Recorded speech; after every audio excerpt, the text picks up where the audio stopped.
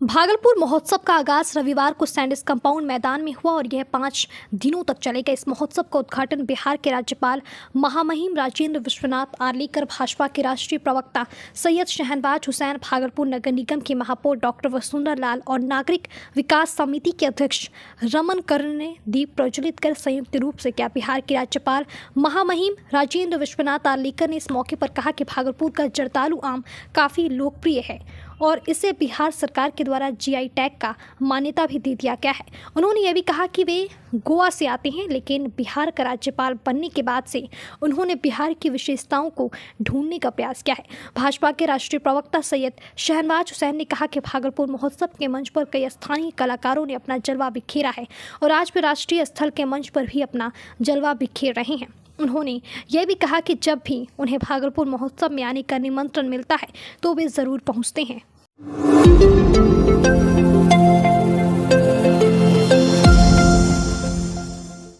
भागलपुर में पुलिस पर एक बार फिर गंभीर आरोप लगे हैं। फोन चोरी में गिरफ्तार आरोपी के प्राइवेट पार्ट में लिक्विड डालने का मामला सामने आया है।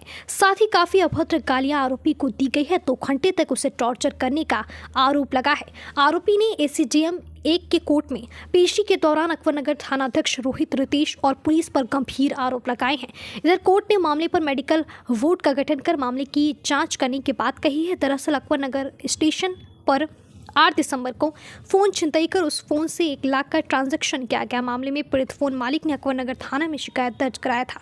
पुलिस ने आरोपी रोशन झा और उसके मित्र को गिरफ्तार कर लिया है। पुलिस उसे थाने ले गई। आरोपी ने बताया कि हमने पुलिस के सामने पहले ही गुनाह कबूल कर लिया था, बावजूद मेरे प्राइवेट पार्ट में लिक्विड डाला गया, पेट्रोल या फिनाइल था। 2 घंटे तक उसे टॉर्चर किया गया। माँ बहन की गालियाँ दी गई। मामले में सिटी एसपी डॉक्टर के रामदास ने मामले की जाँच कराने की बात कही है। उन्होंने कहा कि आरोपी की ओर से जो गंभीर आरोप लगाए गए हैं उसकी जांच करवा रहे हैं। जांच में अगर पुलिसकर्मी दोषी पाए जाते हैं तो कानूनी कार्रवाई की जाएगी। 10 तारीख को हम भागलपुर आए थे सर, ठीक है। हम उधर से आ रहे थे तो हमारे पिताजी बोले कि थाना में तुमको बुला रहा है। तो हम थाना गए तो हमको पूछताछ के लिए बैठाया गया। तो वहाँ पे पूछा कि मोबाइल झपटा मारे हो 8 तारीख को रात में। तो हम स्वीकार किए, हाँ सर मेरे साथ ही किए हैं और 1 लाख का ट्रांजेक्शन भी हुआ है मेरे खाता में। तो हम वो वापस करने के लिए भी तैयार थे, लेकिन पुलिस के द्वारा इतना टॉर्चरिंग किया गया, जिसमें रोहित रितेश अभी थाना अध्यक्ष हैं, उसके द्वारा इतना टॉर्चरिंग किया गया, डराया धमकाया भी बहुत सारा गया। क्या किया आपके सब खुल के बताइए। मतलब वो गुप्तांग खोल के ऊपर से क्या ढाल रहे थे, फिनाइल था, पेट्रोल था, ये नहीं बता सकते, कुछ तो ढाल रहे हैं सर। उसके बाद क्या हुआ? उसके बाद पूरा पैर और चीर दिया था, लाठी उठी से जो मारा मरवे किया। ये हाथ देख रहे खुला पड़ा है, यहाँ पे ये हाथ में मारा है मुंशी। जलन भी हुई थी? जी हाँ, जलन हुई थी। गुप्तांग में जलन भी हुआ था? जी सर। क्या उस टाइम उस टाइम मतलब पूछ लिए थे उस टाइम सर। उस टाइम तो सर उतना मार लगा था कि क्या मारे से परेशान थे। बार मारते थे बुलवाते थे, मारते थे बुलवाते थे। मतलब हमको सर एक बार जितेंद्र कुमार थे तो 10 लीटर दारू में सट्टा के भेज दिए थे, झूठ मूठ का भेज देता उठा कर। कितना देर पिटाई किया था? कम से कम सर 2 घंटा तो ऊपर में रखा था जरूर। 8/12/24 को अकबरनगर थाना अंतर्गत एक रेलवे स्टेशन पर वादी शिशु कुमार उनका मोबाइल छीना गया। छीना हुआ मोबाइल से 1 लाख रुपए निकासी कर लिया गया। इसी संबंधित अनुसंधान प्रारंभ किया गया है। उसमें पता चला कि रोशन झा उनको इस केस में संलिप्त था। उनको कल विधिवत गिरफ्तार किया गया। तो सर, जिस तरह का आरोप वो लगा रहे हैं कि पुलिस के द्वारा उनके गुप्तांग में जो है ज्वलनशील पदार्थ डाला गया है सर, तो उसको लेकर भी जांच की जा रही है सर। नहीं, इसमें पता चला है कि वो ड्रग एडिक्ट बारे में पता चला। वो हमेशा ड्रग इन्फ्लुएंस में है, तो इसलिए उनका मन है थोड़ा इनकोहेरेंट है। आरोप लग रहा है सर कि प्राइवेट पार्ट में जो है उसके जो है कोई लिक्विड डाला गया है। इसमें लिखित आवेदन मिलने पर हम उसमें जांच करवा देंगे, बट अभी तक मिला सूचना पर वो ड्रग एडिक्ट है, उनको इन्फ्लुएंस में है। जांच में अगर दोषी पाया जाएगा तो पुलिस कर्मी पे कार्रवाई होगी। हाँ, कार्रवाई उचित कानून कार्रवाई होगा।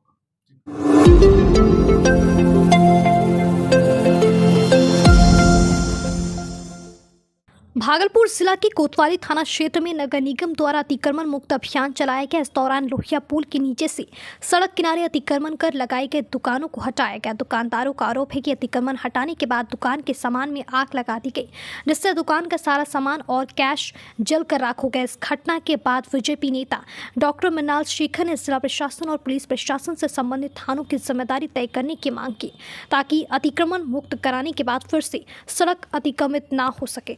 दिक्कत की दिक्कत और रही कि बार-बार आवे छे तो खास तोड़ी दे छे, चौकी तोड़ी दे छे, बाल बच्चा मोहरा लगे छे, डगावा लगे छे। ये कोई मतलब न इसका आदमी के दुकान लगे, अभी दुकान में आग लगा दे। नगर निगम में आग लगल के दुकान में दिक्कत और जब का हटावल के सफेद रही है हटावल कहां जे बंदिया हटाएंगे। हमरा के पेटा मुग नहीं छे, हमरा के नौकरी छे, हमरा के तो बाल बच्चा छे। हम मुझे हैं केना रहता हमरा बाल बच्चा की करी खिलेबा। हमरा के यही अगर बिजनेस है जो बिया बेचना, अपना सिवाय कुछ नहीं जबरदस्ती कोई बिजनेस नहीं करे चीज नहीं। देखिए, ये बहुत अच्छी पहल है, लेकिन ये पहल तब व्यर्थ हो जाता है जब अभी ये अतिक्रमण हट गया। अभी आप देखिए सड़कें कितनी चौड़ी लग रही है, यहाँ पर गाड़ियों का आना जाना मुश्किल रहता है आम दिनों में, लेकिन आज अतिक्रमण हटते ही दो बड़ी गाड़ियाँ, एक ट्रक आ सकती है, एक ट्रक जा सकती है सकड़े से सकड़े रास्ते में। लेकिन जब इंक्रोचमेंट होता है तो ये यहाँ पर सामान्य व्यक्ति का आना जाना दुर्लभ हो जाता है। मेरी स्पष्ट मान्यता है कि ये लगता है, तो ये लगता कैसे अतिक्रमण हटने के बाद, तो प्रशासन इस बात को गंभीरता से ले जिम्मेदारी तय करेगी। जिस थाने में ये सड़क आए, बाजार आए, उस थाने के थानेदार को और उस संबंधित थाने की जिम्मेदारी हो कि जब नगर निगम लाखों रुपया खर्च करके अतिक्रमण हटाता है, ये जनता का पैसा है और जनता के पैसे का दुरुपयोग होता है कि जब हम एक बार अतिक्रमण हटा देते हैं तो वो फिर अतिक्रमित कैसे हो जाता है। तो सीधे सीधे थानेदार को और संबंधित थाना को ये जिम्मेदारी तय हो कि यदि एक बार अतिक्रमण हटने के बाद फिर दोबारा अतिक्रमण होता है तो उस संबंधित थानेदार पे कार्रवाई हो, उस संबंधित थानेदार पे कार्रवाई हो और संबंधित थाने के जो भी अधिकारी कर्मचारी हैं उस पर कार्रवाई हो, ताकि जनता के पैसे का जो ये बार बार अतिक्रमण हटाया जाता है, फिर हर सप्ताह लग जाता है, तो जनता के पैसे का जो दुरुपयोग है वो बंद हो। जिलाधिकारी से और मैं पुलिस अधीक्षक से ये मांग करता हूँ कि संबंधित थाने को हर हाल में यदि वो जिम्मेदारी तय कर देंगे तो वहाँ पर फिर कोई अतिक्रमण नहीं होगा। लोगों का जीना जो है ये मुश्किल होता है वो आसान होगा। और चूंकि नगर निगम के पास पूरे बिहार में कोई अपनी पुलिस तो है नहीं, नगर निगम हटाती है और फिर ये लग जाता है, तो सीधे तौर पर जिम्मेदारी वो जिला प्रशासन और पुलिस प्रशासन की है। और पुलिस प्रशासन और जिला प्रशासन को मेरे सुझाव पे अमल करना चाहिए कि उस संबंधित थाने पर ये जिम्मेदारी हो कि आप जब एक बार अतिक्रमण हटा दिया गया, किसी सूरत में फिर से अतिक्रमण ना हो।